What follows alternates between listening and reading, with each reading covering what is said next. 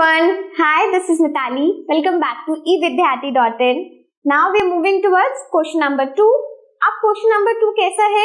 जिस तरीके से हमने 1 जूल ऑफ वर्क को डिफाइन किया था, similarly we have to define 1 watt of power. Watt क्या है? पावर की SI यूनिट. ठीक है, सो लेट्स सी क्या है, कैसे है अपना question. Define 1 watt of power. What we have to show?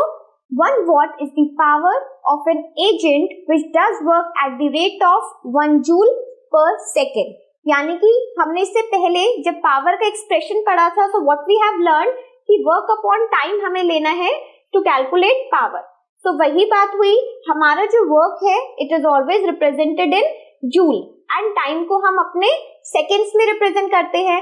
तो अगर मुझे 1 वॉट ऑफ पावर को डिफाइन करना है, तो हम क्या कह सकते हैं, कोई भी ऑब्जेक्ट या in case agent if it is working 1 joule, ठीक है, अगर उसने जितना भी वर्क किया है वो कितने के इक्वल है, if the work is equals to 1 joule and the work done is in 1 second, अगर इस वर्क को हमने 1 सेकेंड में कैलकुलेट किया है, so we can simply say that the work done is equals to 1 watt power.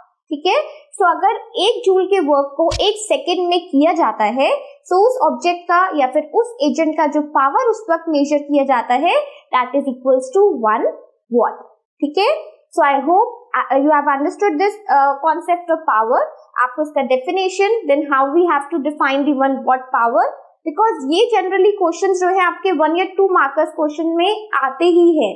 जिस तरीके से हमने 1 जूल पढ़ा है, सिमिलरली 1 वॉट, ये बहुत कॉमन क्वेश्चंस हैं and examiner this is just to check the definition, कितना कॉन्सेप्ट आपको क्लियर है, कितना डेफिनेशन के बारे में आपको पता है. सो इस टाइप के क्वेश्चंस वो देते ही हैं. ठीक है, so now moving on with another question. Up till then keep learning, keep watching. Bye.